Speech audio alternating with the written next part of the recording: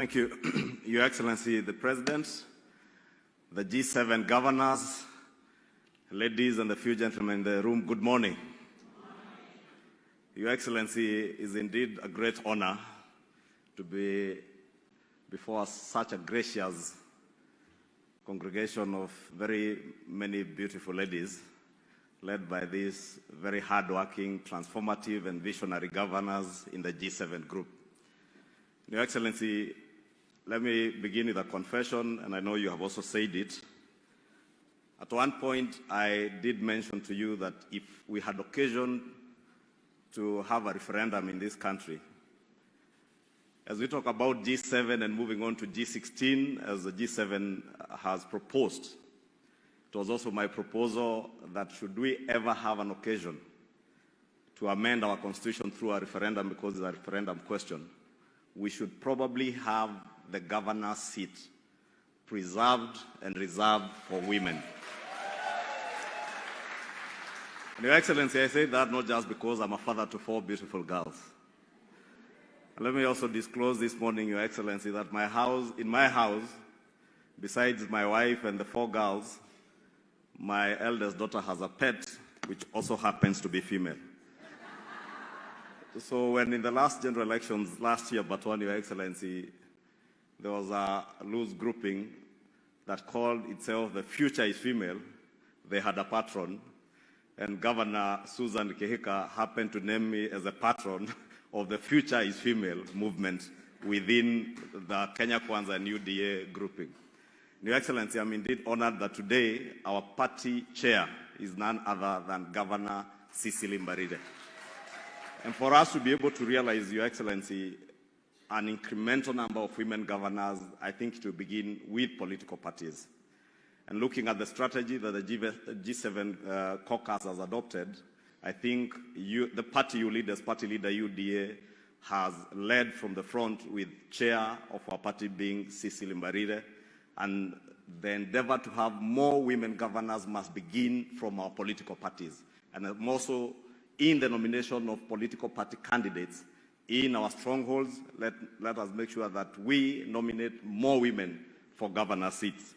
And I want to challenge the G7 caucus that moving from 7 to 16 is not good enough for me. We probably should target 30 to 36 governors, so that if we falter, then we can get to the 16 that you are targeting. But I want to assure you that it is indeed possible.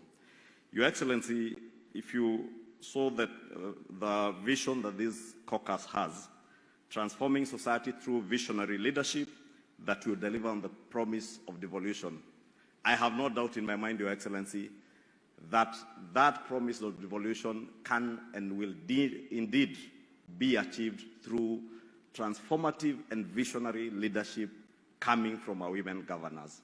And I say this, Your Excellency, because if you look at Schedule 4 of our Constitution, many of the functions that were delegated to our devolved governments or devolved units, Your Excellency, be it the provision of water, be it healthcare, are issues that are core and are the heart of not just our women leaders, but women in the country. And these women leaders, Your Excellency, I have to say from my experience over the last many years that I have served with many of them, and I think I have worked with many of these governors currently here. Governor Kawera, Governor Achani, Governor Susan Kihika, Governor Wanga, Governor Cecily.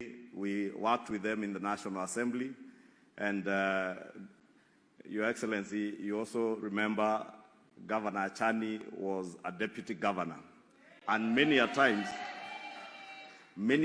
in general elections when governors are choosing their running mates, it was assumed that women would be nominated as deputy governors as flower girls. Governor Achani actually has exemplified that women are not just flower girls to the male governors, that they can indeed succeed their governors as deputy governors. And she has exemplified that very well. When last elections we said, hatu Achani na Achani. And I was in Kwale, Your Excellency, I campaigned for all these women governors and my other confession, Your Excellency. You know you are all in Kenya Kwanza. but this women agenda transcends even political parties. Governor Gladys Wanga, I must confess, I did assist Governor Gladys Wanga in the last elections, and I truly campaigned for her, even being in ODM, Your Excellency. And I know this women agenda will transcend our political party affiliations.